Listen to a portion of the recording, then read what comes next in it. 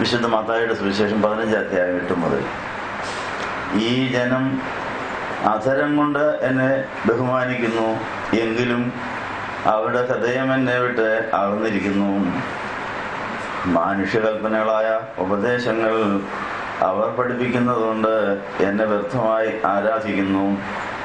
പിന്നെ അവൻ ജനക്കൂട്ടത്തെ അടുത്ത് വിളിച്ചവരോട് പറഞ്ഞത് കേട്ട് ഗ്രഹിച്ചുകൊള്ളുകയും, മനുഷ്യനെ അശുദ്ധി വരുത്തുന്നത് വായിക്കകത്ത് ചെല്ലുന്നതല്ല, വായിൽ നിന്ന് പുറപ്പെടുന്നതത്രേ, അത് മനുഷ്യനെ അശുദ്ധനാക്കുന്നു.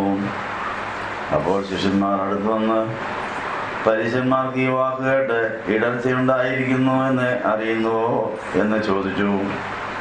അതിനവൻ, സ്വർഗസ്ഥനായ എൻ്റെ പിതാവ് നട്ടിട്ടില്ലാത്ത തൈയൊക്കെയും വേരോടെ പറഞ്ഞു പോകും. അവരെ വിടുകയും, അവർ കുരുടന്മാരായ വഴികാട്ടികളത്രേ. കുരുടനെ വഴി നടത്തിയാൽ ഇരുവരും കുഴിയിൽ വീഴും എന്ന് ഉത്തരം പറഞ്ഞു. നിങ്ങൾക്കെല്ലാവർക്കും സമൃദ്ധി ഉണ്ടായിരിക്കും. സന്ദേശങ്ങൾക്കുമായിട്ട് നന്ദി പറയാം. അടുത്ത ഞായറാഴ്ച യോസേപ്പിനുണ്ടായ വെളിപ്പാടിൻ്റെ ഞായറാഴ്ച 13-ാം തീയതി നമ്മൾ ആചരിക്കുന്നു. കർത്താവിൻ്റെ ജനന പെരുന്നാളിന് മുമ്പ് യോഹന്നാൻ സ്നാപകൻ്റെ ജനനത്തെക്കുറിച്ച് കഴിഞ്ഞ ആഴ്ച നമ്മൾ പഠിച്ചു. ഇന്നലത്തെ എക്യുമെനിക്കൽ കൂട്ടായ്മയിൽ നമ്മൾ പഠിച്ചതായ തിരുവചനങ്ങളുടെ പശ്ചാത്തലത്തിൽ യോഹന്നാൻ സ്നാപകനും കർത്താവിനും നമ്മളോട് എന്തെല്ലാം പറയാനുണ്ട്. പുതിയ നിയമത്തിലും പഴയ നിയമത്തിലുമായി വിവക്ഷിക്കപ്പെട്ടിരിക്കുന്ന 3 തരം മനുഷ്യരെക്കുറിച്ച് നമ്മൾ ഇന്നലെ പഠിക്കുകയുണ്ടായി. ഈ ലോകത്തിലേക്ക് പിറന്നു വീഴുന്ന എല്ലാ മനുഷ്യരും ഭാവികളാണ്. നീതിമാൻ ആരുമില്ല, ഒരുത്തനും പോലുമില്ല. എല്ലാവരും ഭാവികളായ ദൈവത്തിൻ്റെ ശത്രുക്കളായി ലോകമനുഷ്യരായി പിറക്കുന്നു. ആ ലോകമനുഷ്യരായി പിറക്കുന്ന മനുഷ്യൻ ജഡീകനായി തുടരുന്ന ഒരു കാലമുണ്ടെന്ന് നമ്മൾ ഇന്നലെ കേട്ടു. ആ അവസ്ഥയിൽ നിന്ന് ആത്മീയ മനുഷ്യരായി വളരാനുള്ള സാധ്യത ഈ കൃപായുഗത്തിൽ തുറന്നു കിടക്കുന്ന കാര്യമാണ് നമ്മൾ ഇന്നലെ കേട്ടത്. അപ്പോൾ ലോകത്തിൽ പിറന്നു വീണ മനുഷ്യരൊക്കെയും ഈ പ്രകൃതിയുടെ ഒരു ഭാഗമായി പഞ്ചഭൂതങ്ങളുണ്ട്, സൃഷ്ടിക്കപ്പെട്ടതുകൊണ്ട് മനുഷ്യന് പ്രാകൃത മനുഷ്യനും കൊണ്ടൊന്നും പേരുണ്ട്.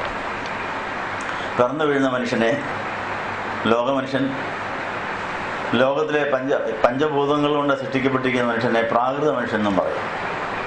ഈ ആകാശത്തിലും ഭൂമിയിലുമുള്ള പല വസ്തുക്കൾ കൊണ്ടാണ് നമ്മൾ സൃഷ്ടിക്കപ്പെട്ടിരിക്കുന്നത്. അതുകൊണ്ട് 5 തരം സാധനങ്ങൾ കൊണ്ട് സൃഷ്ടിക്കപ്പെട്ട നമ്മൾ പഞ്ചഭൂതങ്ങളാൽ സൃഷ്ടിക്കപ്പെട്ട പ്രാകൃത മനുഷ്യർ. ആ പ്രാകൃത മനുഷ്യൻ ലോകത്തിൽ ജീവിക്കുന്നതുകൊണ്ട് ലോകമനുഷ്യനെന്നും പേരുണ്ട്. ആ അവസ്ഥയിൽ നിന്ന് ജഡീക മനുഷ്യനായി മാറുന്ന ഒരു മനുഷ്യൻ ദൈവത്തെയും മനുഷ്യനെയും മരണാനന്തര ജീവിതത്തെയും പിശാചിനെയും നന്മയെയും തിന്മയെയും എല്ലാം അറിയുന്ന ഒരവസ്ഥയിലേക്ക് ജഡീക മനുഷ്യൻ, ജഡത്തിൽ വസിക്കുന്ന മനുഷ്യൻ, ജഡ സ്വഭാവമുള്ള മനുഷ്യൻ, ഇങ്ങനെയൊക്കെയുള്ള ജഡ സ്വഭാവമുള്ള ഒരു മനുഷ്യനായി നമ്മൾ മാറുന്നു. അങ്ങനെ പ്രാകൃത മനുഷ്യനും ലോകമനുഷ്യനും ജഡീക മനുഷ്യനും എല്ലാം മനസ്സിലാക്കാനുള്ള കഴിവില്ല.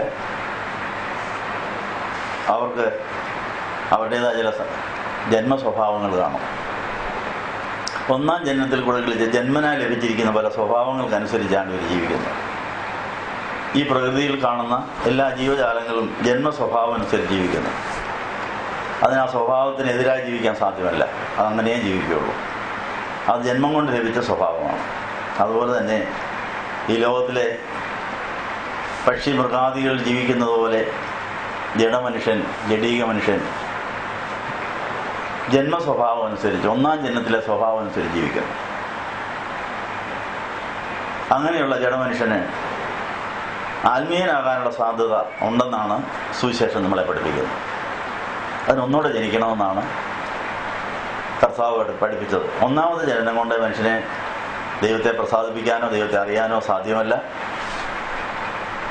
പ്രാകൃത മനുഷ്യൻ്റെയും ലോകമനുഷ്യൻ്റെയും ജഡീക മനുഷ്യൻ്റെയും എല്ലാ അവസ്ഥ ദൈവത്തോട് ശത്രുതയാണ്, ദൈവത്തിനോട് വിരോധമാണ്.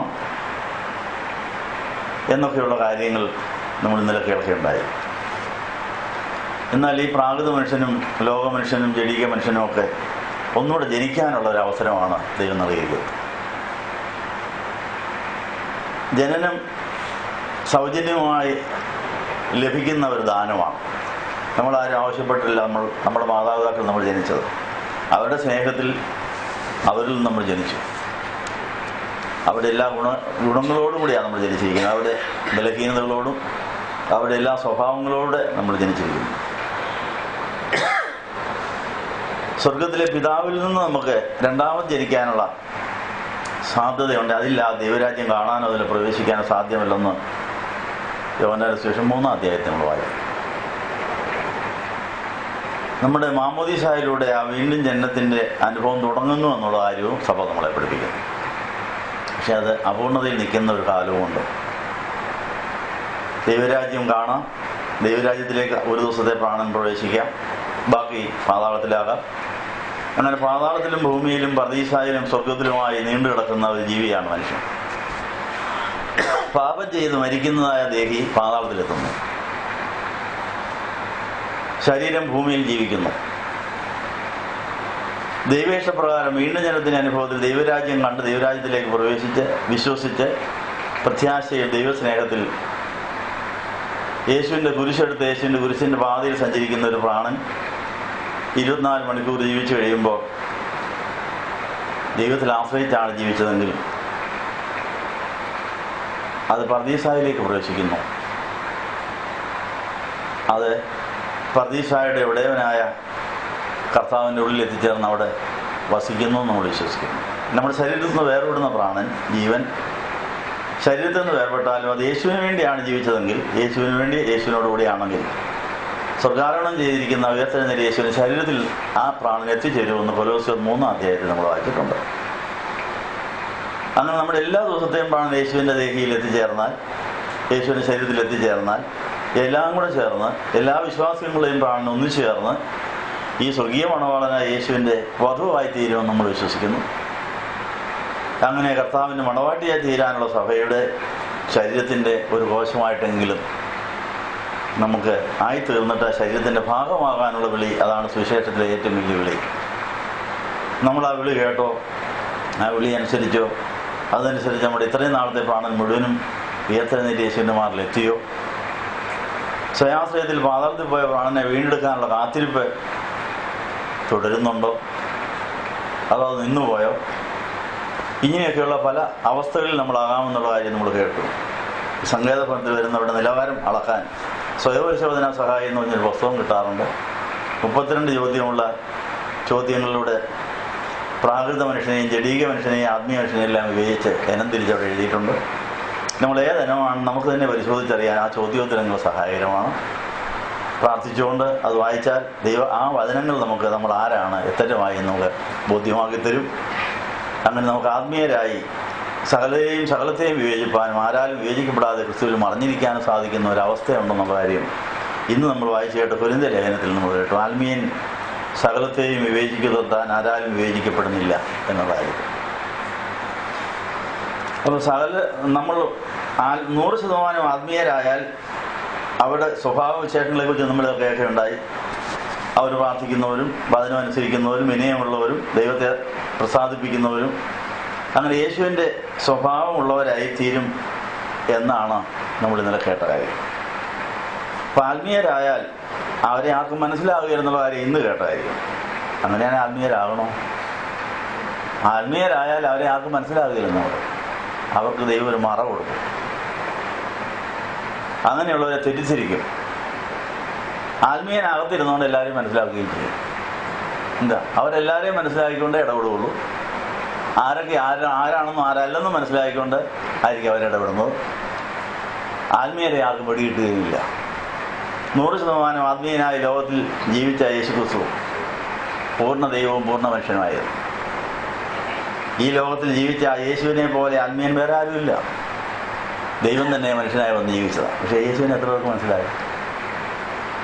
അപ്പോൾ ആ കർത്താവ് ഒരു മറയ്ക്കകത്തായി ഈ പരിപാടിയെല്ലാം ചെയ്തത്. പിതാവിൻ്റെ സ്വഭാവം അത് തന്നെയാണ്, മറയാ, ഒളിച്ചു കളിയാണ്. അപ്പോൾ സ്വർഗത്തിലെ പിതാവും മറഞ്ഞിരുന്നുകൊണ്ടാണ് ഈ പരിപാടിയെല്ലാം ചെയ്യുന്നത്. പുത്രനും വെളിപ്പെട്ടെങ്കിലും മറ വെച്ചുകൊണ്ടാണ് വെളിപ്പെട്ടിരിക്കുന്നത്. ഒരു മനുഷ്യന്റെ വേഷം കിട്ടിയപ്പോൾ താനും ഒരു മറവിലാണ്. ഈ മറവിലിരിക്കുന്ന ആത്മീയനെ നമ്മൾ എത്ര പേര് മനസ്സിലാക്കിയിട്ടുണ്ടോ? വെളിപ്പാട് കൊണ്ട് മാത്രമേ മറഞ്ഞിരിക്കുന്ന കാര്യങ്ങൾ മനസ്സിലാവുകയുള്ളൂ. പത്രോസിയായി ശകല നേരത്തേക്ക് ഈ വെളിപ്പാട് കിട്ടി. ഇവൻ നസ്രയത്തിൽ പറഞ്ഞ ഒരു സാധാരണ മനുഷ്യനല്ല, ദൈവത്തിന്റെ പുത്രനാണെന്ന് വെളിപ്പാട് കിട്ടിയപ്പോൾ അതങ്ങ് വിളിച്ചു പറഞ്ഞു. ഇപ്പൊ അത് നിന്റെ കയ്യിൽ ഇരിക്കട്ടെ, നിനക്ക് വേണ്ടി മാത്രം കിട്ടിയ വെളിപ്പാടാണ്, അത് തീർന്നിട്ടില്ല, ഇനി അതിന്റെ ബാക്കി ഒത്തിരി ഉണ്ട്, അതങ്ങോട്ട് തുടങ്ങിയതേ ഉള്ളൂ, ശകലം കാണിച്ചതേ ഉള്ളൂ.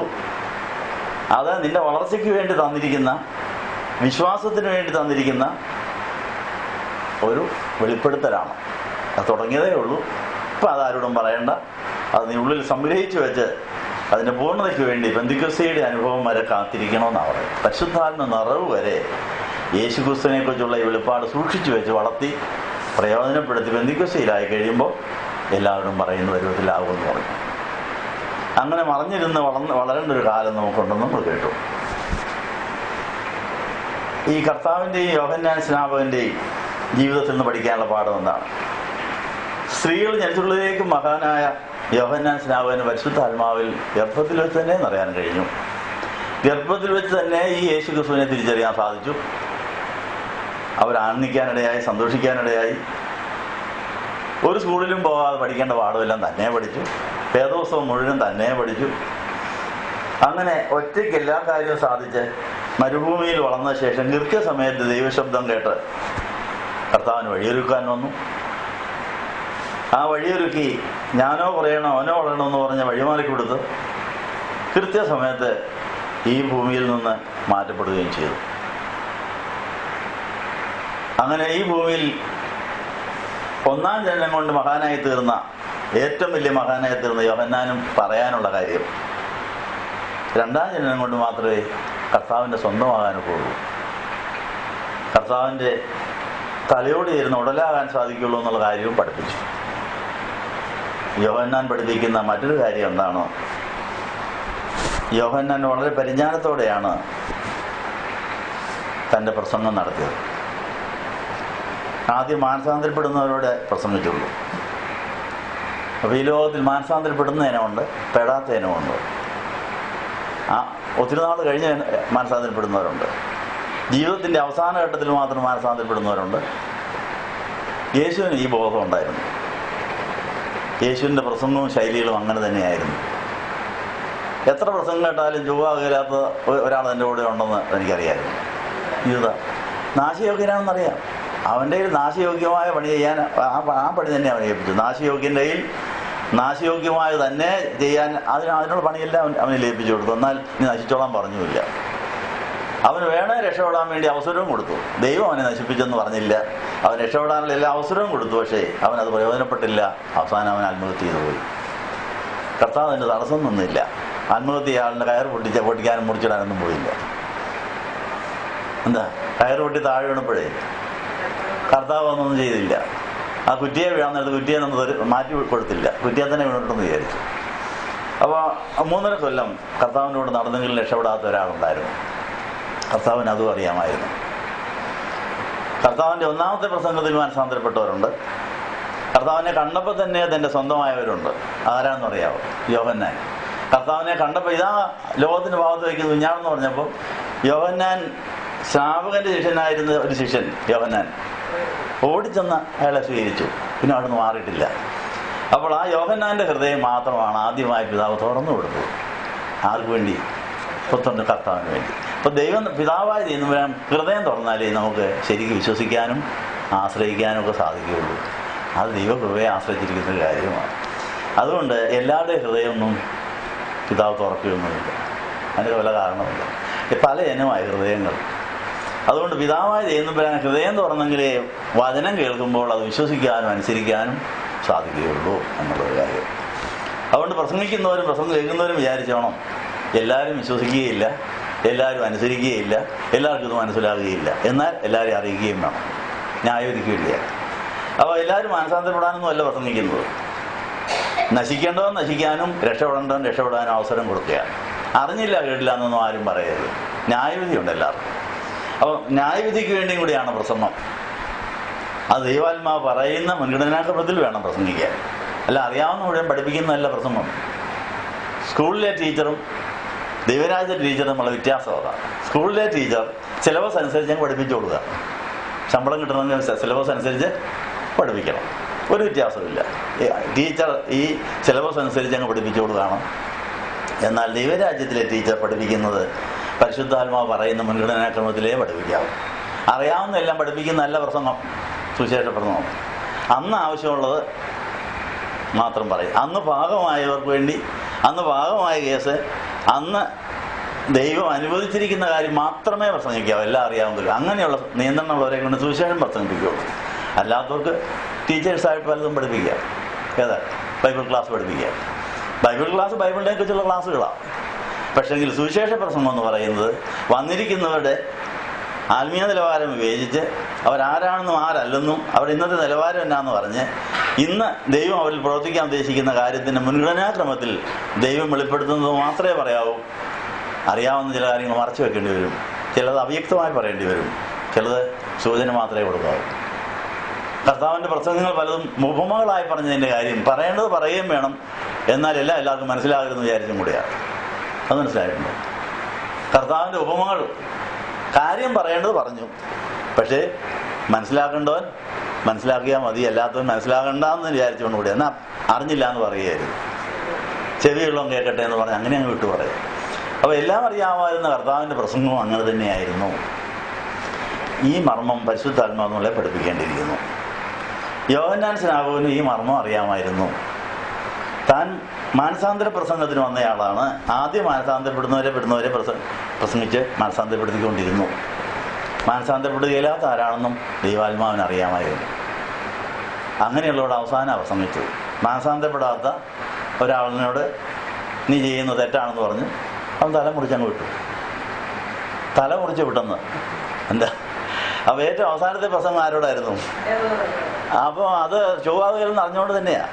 അത് ആദ്യം അങ്ങ് പ്രസംഗിച്ചിരുന്ന എങ്ങനെ സംഭവിച്ചേനെ? പിന്നത്തെ പ്രസംഗം വല്ലതും നടക്കുമായിരുന്നു? തല പോയനെ. അപ്പോൾ അത് സൂക്ഷിച്ചുകൊണ്ട് വേണം. ഇപ്പോൾ പ്രസംഗത്തിൻ്റെ അവസാനം തലപോക. അപ്പോൾ തല പോകേണ്ട സമയത്ത് മാനസാന്തരപ്പെടാത്തവരോട് പ്രസംഗിക്കാവൂ. മനസ്സിലായോ? ആദ്യം മാനസാന്തരപ്പെടുന്നവരുടെ പ്രസംഗിച്ചാലേ അവരെ കിട്ടുകയുള്ളൂ. അപ്പോൾ അതിന് കർത്താവിനെ അറിയാവുള്ളൂ. എൻ്റെ മുൻഗണനാക്രമം എല്ലാ ദിവസവും മുൻഗണനാക്രമത്തിൽ വേണം പ്രസംഗിക്കാൻ. അറിയാവുന്നതെല്ലാം പറഞ്ഞു കേൾപ്പിക്കുന്നതല്ല പ്രസംഗം, സുവിശേഷ പ്രസംഗം. അന്ന് കർത്താവിൻ്റെ വേലയ്ക്ക് ആവശ്യമുള്ള കാര്യം മാത്രം പറയുക, അതേ ഉദ്ദേശിക്കുന്നിടത്തോളം മാത്രം പറയുക. ഇങ്ങനെ യോഹന്നാൻ സ്നാപകന് ആ ബോധം ഉണ്ടായിരുന്നു. അല്ലാതെ തനിക്കറിയാമായിരുന്നു ഇങ്ങനെ ഒരു ഹേരോദ്യ ഡാൻസ് കളിക്കുന്ന ഒരു പെണ്ണും അവരമ്മയും അവിഹിത ബന്ധം നടത്തുന്ന ഒരു രാജാവും ഉണ്ടെന്നുള്ള കാര്യം യോഹന്നാൻ നേരത്തെ അറിയാം. ആദ്യമേ കൊട്ടാരത്തിലോട്ട് പോയിരുന്നെങ്കിൽ സംഗതി ഒഴിഞ്ഞു പോയത്. എന്താ, അതവിടെ നിൽക്കട്ടെ, അവരുടെ പരിപാടി അവിടെ നടക്കട്ടെ, കഴുത്തിറക്കേണ്ട സമയമാകുമ്പോൾ ആ കാര്യം പറഞ്ഞാൽ മതി എന്ന് വിചാരിച്ച് അവസാനത്തേക്ക് മാറ്റി. ചിലപ്പോൾ പ്രാസംഗികർ അറിയാവുന്ന കാര്യം ഇത് അവസാനത്തേക്കുള്ളതാണോ കർത്താവ്, ഇന്നത്തേക്കുള്ളതാണോ നാളത്തേക്കുള്ളതാണോ, ഇതൊന്നും തിരിച്ചറിഞ്ഞോണം, അത് കുറിച്ചിട്ടേക്കണം. കർത്താവ് ഇത് എപ്പോഴാണ് പറയേണ്ടെന്നുള്ള കാര്യം എനിക്ക് അറിഞ്ഞുകൂടാ. ഞാൻ ആ സമയത്ത് പറഞ്ഞിട്ട് സമയത്തിന് തല പോയാൽ മോശമാണ്, തലയില്ലാതെ പോകുന്നൊരു വൃത്തികേടാണ്. എന്താ, അതുകൊണ്ട് സമയത്തിന് മുമ്പേ തല പോകുന്ന പരിപാടിക്ക് എനിക്ക് ഇടയാകരുത്. എൻ്റെ വേല മുഴുവൻ തികച്ചേച്ച് വേണം എനിക്ക് പോകാൻ. കർത്താവിൻ്റെയും പ്രസംഗം അങ്ങനെയായിരുന്നു. കർത്താവിൻ്റെ വേല നിവൃത്തിയായി എന്ന് പറഞ്ഞാണ് പോയത്. കർത്താവ് അന്നുണ്ടായിരുന്ന കപടഭക്തരെയും പരീക്ഷന്മാരെയും നിശിതമായി വിമർശിച്ചത് കഷാൻ്റെ പഴിച്ചയ്ക്ക് തലയാഴ്ചയില്ല. കപടഭക്തരെ കഷ്ടം കഷ്ടം കഷ്ടം കഷ്ടം എന്ന് പറഞ്ഞവരെ അടിച്ചങ്ങ് വിടുകയായിരുന്നു. എന്നാൽ അവനെ പിന്നെ വെച്ചേക്കണ്ടെന്ന് പറഞ്ഞാൽ ഇപ്പോൾ കുരിശിക്കണമെന്ന് പറഞ്ഞവർ കുരിശും ശരിയാക്കി. അപ്പോൾ കുരിശ് റെഡിയാകേണ്ട സമയമായപ്പോഴാണ് കപടഭക്തരെ നേരെ വിരൽ ചൂണ്ടിക്കൊണ്ട് കപടഭക്തരെ എന്ന് പറഞ്ഞ് ശാസിച്ചത്. ആദ്യമായിരുന്നെങ്കിലോ ആ കുരിശ് കിട്ടുകയെന്ന് മാത്രമേ സമയത്തിന് മുമ്പ് പോകേണ്ടി വന്നായിരുന്നു. എന്നാൽ എല്ലാ പ്രസംഗത്തിൻ്റെയും അവസാനം കുരിശ് വരുന്ന വഴികളുണ്ടായിരുന്നു. കർത്താവ് അവിടെ നിന്ന് ഒഴിഞ്ഞു മാറിയെന്നാണ് പറയും. ആദ്യത്തെ പ്രസംഗത്തിൽ അവർ കൊല്ലാൻ തുടങ്ങി, ഒഴിഞ്ഞങ്ങ് മാറി. സമയമായപ്പോൾ നിങ്ങൾ അന്വേഷിക്കുന്നയാൾ ഞാനാണെന്ന് പറഞ്ഞ് അങ്ങോട്ട് കാണിച്ചു കൊടുക്കുകയും ചെയ്തു. ഈ പരിജ്ഞാനം സുവിശേഷ വേലയിലെ പ്രസംഗത്തിൽ നമ്മളെല്ലാവരും പ്രസംഗിക്കേണ്ടവരാണ് കേട്ടോ. സകലരും സുവിശേഷം പ്രസംഗിക്കേണ്ടവരാണ്. അത് മാമോദീസായിൽ നമ്മൾ പ്രതിജ്ഞ എടുത്തതാണ്. സുവിശേഷപരമായ നടപടികളിലേക്ക് ഞങ്ങൾ ആനയിക്കപ്പെടും എന്ന് പറഞ്ഞ് പ്രതിജ്ഞ എടുത്തുകൊണ്ടാണ് നമ്മൾ മാമോദിസയായിട്ട് വീണ്ടും ചെല്ലാൻ തുടങ്ങിയിരിക്കുന്നത്. എന്നാൽ പ്രസംഗം പരിശുദ്ധാത്മാവാകുന്ന കാര്യസ്ഥന്റെ മുൻഗണനാക്രമത്തിൽ മാത്രമേ ആകാവൂ. സമയത്തിന് മുമ്പൊന്നും പറയരുത്, സമയം കഴിഞ്ഞൊന്നും വെച്ചുകൊണ്ടിരിക്കരുത്. കൃത്യസമയത്തെല്ലാം പറഞ്ഞു തീർത്തിരിക്കണം. എങ്കിലേ വേല തികച്ചിട്ട് പോകാനൊക്കെ ഉള്ളൂ എന്നുള്ള കാര്യവും ഇവിടെ പറഞ്ഞിരിക്കുകയാണ്. അപ്പോൾ ഈ പരിജ്ഞാനത്തോടെ യോഹന്നാൻ സ്നാപകൻ കൃത്യസമയത്ത് വേല തികച്ച് നിവൃത്തിയായി എന്ന് പറഞ്ഞു പോയി. യോഹന്നാൻ സ്നാപകൻ രക്തസാക്ഷിയാകേണ്ടത് ആവശ്യമായിരുന്നുകൊണ്ട് തലമുറിക്കാൻ തക്കവണ്ണം വാശിയുള്ള ഒരാളോടാണ് അവസാനമായിട്ട് സുവിശേഷം പറഞ്ഞത്. അങ്ങനെയുള്ളവരും കാണുമെന്നുള്ള വിചാരിച്ച് അറിഞ്ഞുകൊണ്ടിരിക്കുക. വിശുദ്ധ മത്തായിയുടെ സുവിശേഷം 15-ാം അധ്യായത്തിൽ നിന്ന് വായിച്ചു കേട്ട കാര്യം, ഈ സുവിശേഷം വചനം കേട്ടാലും വചനത്തിൻ്റെ ശക്തി നിഷ്ഫലമാക്കി കളയുന്നവരുണ്ടായിരിക്കും എന്ന കാര്യം കേൾക്കുന്നവരും പ്രസംഗിക്കുന്നവരും അറിഞ്ഞിരിക്കണമെന്നാണ്. മത്തായിയുടെ സുവിശേഷം 15-ാം അധ്യായത്തിൽ 6-ാം വാക്യത്തിൽ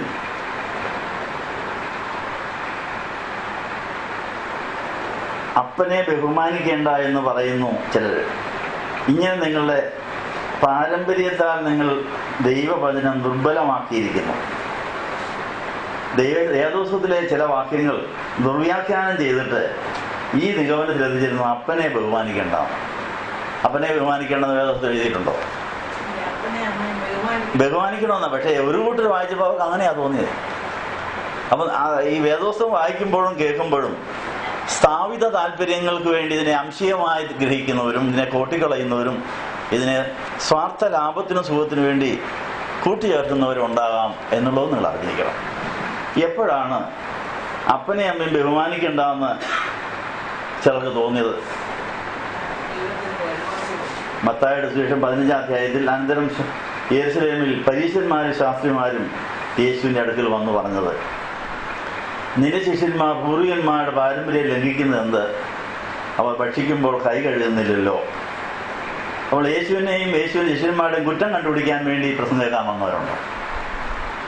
പ്രസംഗം കേൾക്കാൻ വരുന്നവരെല്ലാം വചനം പഠിക്കാൻ വരുന്നവരല്ല. പ്രസംഗിക്കുന്ന ആളിൻ്റെ കുറ്റം കണ്ടുപിടിക്കാനും വരും. പ്രസംഗിക്കാൻ വരുന്നയാളുടെ ശിഷ്യയുടെ കുറ്റം കണ്ടുപിടിക്കാൻ, എൻ്റെ കുറ്റം കണ്ടുപിടിക്കാൻ വരുന്നവരോട് വരുന്നുണ്ട്. ഇയാൾ എന്നതായി പ്രസംഗിക്കുന്നത്, എന്തിനായി ആസ്വാദ്യത്തിനോട് ഇറങ്ങിയിരിക്കുന്നത്, ഇവിടെ എന്നോണ്ട് എന്തായി പ്രസംഗിക്കുന്ന, ഇത് കഴിഞ്ഞാൽ അവിടെ ഒരു ഇരിപ്പ്, അവിടെ അങ്ങേപ്പുറത്തെ ഒരുത്തി അവിടെ ഇരുത്തിക്കൊണ്ട ഒരു പരിപാടി, ഇതൊക്കെ എന്നാ പരിപാടിയാണ്? ഒരു ചില അവളുമാർ അവിടെ ഇരിക്കുന്നു, ഒരുത്തി ഇവിടെ ഇരിക്കുന്നു, ഒരുത്തിന് അതിലേ നടക്കുന്നു. ഇതിൻ്റെയൊക്കെ പരിപാടി എന്നാ? ഇതിൻ്റെ കാര്യം കണ്ടുപിടിക്കാൻ വേണ്ടി വരുന്നവരുണ്ട്. എന്നിട്ട് അവരുടെ ചില നിഗമനങ്ങളിൽ എത്തിച്ചേർന്നത് അത് പറയുന്നവരുമുണ്ട്. ഇതെല്ലാം ഞാൻ അറിയുന്നുമുണ്ട്. ഞാൻ അവരെ സ്നേഹിക്കുന്നു. അവരിതിനകത്ത് ഉള്ളതാണ്. അപ്പോൾ ഇവിടെ നടക്കുന്ന കാര്യങ്ങളെ വിമർശിക്കാൻ വേണ്ടി മാത്രം വരുന്ന ഒരു കൂട്ടർ അന്നും ഉണ്ടായിരുന്നു, ഇന്നും ഉണ്ടായിരുന്നു, എന്നും. അല്ലാതെ അത് കേൾക്കുമ്പോൾ ഞെട്ടേണ്ട കാര്യമൊന്നും ഇത് പ്രതീക്ഷിച്ചുകൊണ്ട് തന്നെ വേണം ചെയ്യാനുള്ളത്. അപ്പോൾ യേശുവിനെ വിമർശിക്കാൻ വന്നതുപോലെ നമ്മളെ വിമർശിക്കാൻ ആൾ കാണും. അതിനെയും പ്രയോജനപ്പെടുത്തണം എന്നാണ് പറഞ്ഞതിൻ്റെ അർത്ഥം. അപ്പോൾ അങ്ങനെ മനുഷ്യനെ അശുദ്ധമാക്കുന്ന കാര്യങ്ങളെക്കുറിച്ച് പറഞ്ഞു വരുന്ന സാഹചര്യത്തിലാണ് പൂർവികന്മാരുടെ പാരമ്പര്യം ലംഘിക്കുന്നത് എന്ത്? അവർ ഭക്ഷിക്കുമ്പോൾ കൈ കഴുകുന്നില്ലല്ലോ. അവൻ അവരുടെ ഉത്തരം പറഞ്ഞത്, നിങ്ങളുടെ പാരമ്പര്യം കൊണ്ട് നിങ്ങൾ ദൈവകൽപ്പന ലംഘിക്കുന്നത് എന്ത്? കർത്താവ് അങ്ങോട്ട് ചോദിക്കുക. അപ്പനെയും അമ്മയും ബഹുമാനിക്കുക എന്നും അപ്പനെയോ അമ്മയോ ദുഷിക്കുന്നവൻ മരിക്കണമെന്നും ദൈവം കൽപ്പിച്ചുവല്ലോ. നിങ്ങൾ പറയുന്നു, ഒരു അപ്പനോടോ അമ്മയോടോ എന്നിൽ നിനക്ക് ലഭിക്കേണ്ടത് വഴിപാടായി നൽകി കഴിഞ്ഞു എന്ന് പറഞ്ഞാൽ അപ്പനെയും അമ്മയോ ബഹുമാനിക്കേണ്ടെന്ന് നിങ്ങളും പറയുന്നു. അപ്പനും അമ്മയ്ക്കും കൊടുക്കേണ്ടത് ഞാൻ ദൈവത്തിന് കൊടുത്തു കഴിഞ്ഞു എന്ന് പറഞ്ഞാൽ പിന്നെ അവരെ നോക്കേണ്ടെന്നാണ് ഒരു കൂട്ടരുടെ ചിന്താഗതി. അപ്പോൾ അപ്പനെയും അമ്മയും നോക്കേണ്ടാത്തവർക്ക് വചനം മുറിവാക്യങ്ങൾ ഇതിനകത്തുണ്ടെന്ന്. ഏതാ? അപ്പനും അമ്മയ്ക്കും കൊടുക്കാനുള്ള ദൈവത്തിന് കൊടുത്തെന്ന് പറഞ്ഞാൽ പിന്നെ അവർ തിരിഞ്ഞു നോക്കണ്ട, ദൈവം അവരെ നോക്കിക്കോട്ടെ എന്ന് പറഞ്ഞാൽ വിടാമെന്നാണ് പറഞ്ഞതിൻ്റെ അർത്ഥം. അപ്പം ദൈവത്തിൻ്റെ വചനങ്ങളെ കൂട്ടിക്കളയുന്നവരുണ്ട്, സ്ഥാപിത താല്പര്യങ്ങളോടെ ഇതിന് കൂട്ടിച്ചേർക്കുന്നവരുണ്ട്. ഇങ്ങനെയൊക്കെ ദൈവത്തിൻ്റെ വചനം ദുർബലമാക്കി കളയുന്നു എന്നാണ് പറഞ്ഞത്. നിങ്ങളുടെ പാരമ്പര്യത്താൽ നിങ്ങൾ ദൈവവചനം ദുർബലമാക്കിയിരിക്കുന്നു. ഈ കാര്യത്തെക്കുറിച്ച് പ്രാർത്ഥിച്ചപ്പോൾ ഇത് ഒരു ദിവസം മൈലപ്ര ധ്യാന മന്ദിരത്തിൽ മൈലപ്ര ആശ്രമത്തിലെ സന്ധ്യ നമസ്കാരം കഴിഞ്ഞ് പ്രാർത്ഥിച്ചുകൊണ്ടിരുന്നപ്പോൾ ദൈവാത്മാവ് പറഞ്ഞ ഈ അധ്യായം ഒന്ന് വായിക്കാൻ പറഞ്ഞു. മത്തായിയുടെ ശേഷം 14, 15, 16 വായിക്കാൻ പറഞ്ഞു. ഈ വാക്യം വന്നപ്പോഴത്തെ എൻ്റെ ഹൃദയത്തിൽ ചൂണ്ട ഓർക്കുന്ന ഒരു കയറി ഞാൻ കോർത്തു. ദൈവം തമ്പുരാനെ, എൻ്റെ ഏതെങ്കിലും പാരമ്പര്യം കൊണ്ട് ഞാൻ ദൈവവചനത്തെ ദുർബലമാക്കുന്നത് ഞാൻ എന്നോട് ചോദിച്ചു. ഞാൻ വലിയ പ്രസംഗികനാണ്, ധ്യാനഗുരുവാ, ഇങ്ങനെയൊക്കെ ചെയ്യുന്നു. പക്ഷേ എന്നോട് നിനക്ക് ഇതിന് വല്ലതും പറയാനുണ്ടോ? ഞാൻ നിന്റെ വചനം ദുർബലമാക്കുന്നയാളാണോ വചനത്തെ ബലപ്പെടുത്തുന്നയാളാണോ? നമുക്കങ്ങനെയുള്ള കഴിവുണ്ട്. വചനത്തെ ദുർബലമാക്കി, അതിനെ നിർവീര്യമാക്കി, അതിനെ കൂട്ടിക്കളയാനുള്ള സ്വാതന്ത്ര്യം, അതിന് കൂട്ടിച്ചേർക്കാനും അത് ചിലത് എടുത്തു കളയാനും നമ്മുടെ സുഖമനുസരിച്ച് അതിനെ വ്യാഖ്യാനിക്കാനൊക്കെ ഉള്ള സ്വാതന്ത്ര്യം നമുക്കുണ്ട്. കർത്താവിൻ്റെ കുറ്റം കണ്ടുപിടിക്കാൻ വന്നവർ അങ്ങനെ അവരുടെ പാരമ്പര്യം കൊണ്ട് വചനം ദുർബലമാക്കിയവരാണെന്നാണ് പറയുന്നത്. ഞാൻ എൻ്റെ കുറവ് ഞാൻ കണ്ടെത്തി, അതിന് പരിഹാരത്തിന് വേണ്ടി ഞാൻ പ്രാർത്ഥിച്ചു. അപ്പോൾ ഞാൻ വരുന്ന ജനങ്ങളോട് ഇത് പറയണോ? അവരോടും പറയണോ? അവിടെ എന്നാ പറയേണ്ടത്? എല്ലാവർക്കും ഈ പ്രശ്നമുണ്ടെന്നോ? എല്ലാവർക്കും ഈ നമ്മുടെ പാരമ്പര്യം കൊണ്ട് വചനം ദുർബലമാക്കുന്ന ദുസ്വഭാവമുണ്ട്. നമ്മളറിയുന്നില്ല. നമ്മൾ വചനം കേൾക്കുന്നെങ്കിലും എഴുതിയെടുക്കുന്നെങ്കിലും എഴുതിക്കൊണ്ടിരിക്കുന്നതിനും പ്രസംഗിക്കുന്നെങ്കിലും നമ്മുടെ പാരമ്പര്യത്തിലാണ് അതൊക്കെ ചെയ്തുകൊണ്ടിരിക്കുന്നത്. നമ്മുടെ മുൻവിധി, നമ്മുടെ തെറ്റിദ്ധാരണ, നമ്മുടെ അത്യാഗ്രഹങ്ങൾ, നമ്മുടെ മിഥ്യാബോധങ്ങളെല്ലാം ഇതിനെ ബാധിക്കുന്നുണ്ട്. നമ്മളറിയുന്നില്ല. അതുകൊണ്ടാണ് സ്വയപരിശോധന നടത്തി എന്തുമാത്രം മിഥ്യാബോധം എനിക്കുണ്ട്, എന്തെല്ലാം സർവ്വമൊടുക്കി എനിക്കുണ്ട്, എൻ്റെ മനസാക്ഷി ശരിയാണോ, എൻ്റെ മനസാക്ഷിക്ക് എന്തെല്ലാം അശുദ്ധികളുണ്ട്, ഇതെല്ലാം നല്ലവണ്ണം കണ്ടുപിടിച്ചെങ്കിലേ ദൈവവചനം അതേപടി സ്വീകരിക്കാനും അത് ഉൾക്കൊള്ളാനും അത് യേശുവിൻ്റെ ശരീരമായി മാറ്റാനും സാധിക്കുകയുള്ളൂ. കന്യാമറിയാമിന് മാത്രമേ യേശുവിൻ്റെ വചനത്തെ 100% വിശുദ്ധിയോടെ സ്വീകരിച്ച് യേശുവിനെ ശരീരം ധരിക്കാൻ തന്നെ വേദി വിട്ടുകൊടുക്കാൻ കഴിഞ്ഞു. ബാക്കിയുള്ളവർ മുഴുവൻ വചനം ദുർബലമാക്കുന്നവരാണ്. നമുക്കെല്ലാം അങ്ങനെ ഒരു കുറവുണ്ട്. നിങ്ങൾക്ക് അതേക്കുറിച്ച് അന്വേഷണം നോയമ്പിൻ്റെ 10-ാം ദിനത്തിൽ സ്വയപരിശോധനയ്ക്ക് വേണ്ടി ഒരു വിഷയം തന്നിരിക്കുക. കർത്താവേ, ഞാൻ ഒത്തിരി വചനം കേട്ടു, ഒത്തിരി വചനം വായിച്ചു, ഒത്തിരി പ്രസംഗിച്ചു, ഒത്തിരി പ്രസംഗം കേട്ടു. ഞാൻ കേട്ടതായ വചനം എൻ്റെ പൂർവികരുടെയും ബലഹീനതകളുടെയും മുൻവിധികളുടെയും മഞ്ഞക്കണ്ണാടി കൂടെയാണ് ഞാൻ കേട്ടിരിക്കുന്നത്. മഞ്ഞക്കണ്ണാടി കൂടെ കാണുന്ന കാര്യം എങ്ങനെ ഇരിക്കും? മഞ്ഞച്ചായിരിക്കുള്ളൂ. അപ്പോൾ നമുക്ക് നമ്മുടേതായൊരു പാരമ്പര്യമുണ്ട്, നമുക്ക് നമ്മുടേതായ ചിന്താഗതികളുണ്ട്, ചില ആഗ്രഹങ്ങളുണ്ട്. ആ വെളിച്ചത്തിലേ ഇതൊക്കെ കാണുകയുള്ളൂ. അതിനെല്ലാം ശുദ്ധീകരിച്ച് ശരിയായ കാഴ്ചപ്പാടിൽ ഇതിനെ കാണണമെന്ന് അനേക നാളത്തെ ശുദ്ധീകരണം വേണ്ടി വരുമെന്നുള്ള കാര്യം ഓർപ്പിക്കണം. നിങ്ങളുടെ പാരമ്പര്യത്താൽ നിങ്ങൾ വചനം ദുർബലമാക്കിയിരിക്കുന്നു. അപ്പോൾ ദൈവവചനത്തെ ദുർബലമാക്കിയ വചനം മുടക്കികളായ പാരമ്പര്യം എനിക്ക് എന്തുമാത്രം ഉണ്ടെന്ന് ഒരു ചോദ്യം. എന്താ ചോദ്യം? എന്നാ ദൈവത്തിൻ്റെ വചനം ദുർബലമാക്കിയ ഏതെല്ലാം ദുഷിച്ച പാരമ്പര്യങ്ങൾ എൻ്റെ രക്തത്തിലുണ്ട്. അമ്മ വഴി, അപ്പം വഴി, 4 വഴി എന്ന് പറയും. അപ്പൻ്റെ മാതാപിതാക്കളും അമ്മയുടെ മാതാപിതാക്കളും, ഈ 4 വഴി കൂടെ ആദാമിൻ്റെ കാലം മുതൽ പല ദുഷിച്ച പാരമ്പര്യങ്ങൾ നമ്മുടെ രക്തത്തിൽ കയറി വന്നിട്ടുണ്ട്. അതിൻ്റേതായ സ്വാധീനമുണ്ട്, അതിൻ്റേതായ കളറുണ്ട്. ആ കളറിലെ മറ്റുള്ളവരെ നമ്മൾ കാണുകയുള്ളൂ. നമ്മളറിയുന്നില്ല ഈ കാര്യം.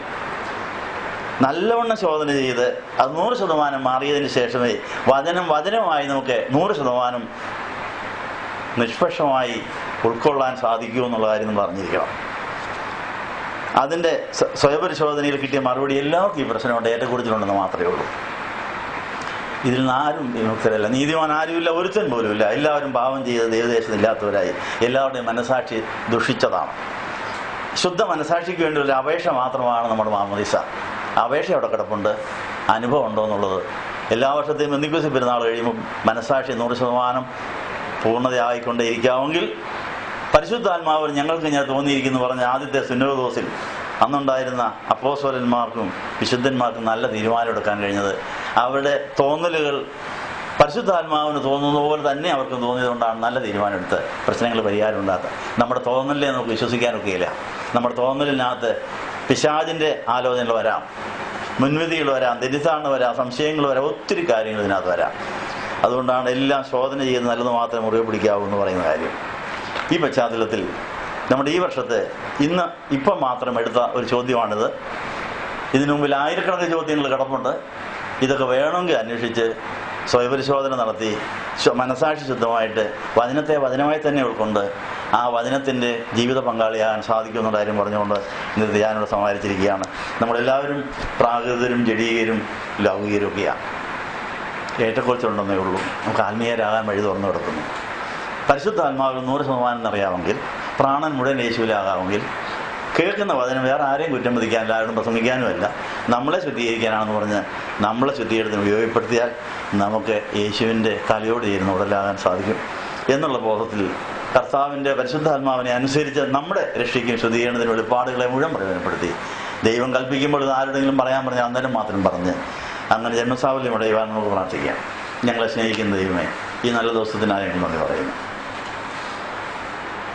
കർത്താവിൻ്റെ കാലത്തേതുപോലെ ഇന്നും വചനം 100% വിശുദ്ധിയോടെ സ്വീകരിപ്പാനോ അനുസരിപ്പാനോ കഴിയാത്ത ബലഹീനത ഞങ്ങൾക്കുണ്ടോ സമ്മതിക്കുന്നു. അത് കണ്ടെത്തി അതിന് പരിഹാരം കണ്ടെത്തുവാൻ കൃപായുഗം തീരുന്നതിന് മുമ്പ് തന്നെ മറിയാമിനെ പോലെ യേശുവിനെ ഉള്ളിലാക്കി, അത് ഹൃദയത്തിലാക്കി, ഉദരത്തിലാക്കി, ശരീരത്തിലാക്കി, അങ്ങനെ ഞങ്ങൾ തലയോട് ചേരുന്ന ഉടലായി കർത്താവിൻ്റെ കല്യാണമണ്ഡലത്തിൽ പ്രത്യക്ഷപ്പെടുവാൻ ഞങ്ങളെ സഹായിക്കണമെന്ന് യേശുവിനെ നാം വിചാരിക്കുന്നത് പിതാവിനും പുത്രനും പരിശുദ്ധാത്മാവിനും സ്തുതിയേറ്റവനായിട്ട് തന്നെ.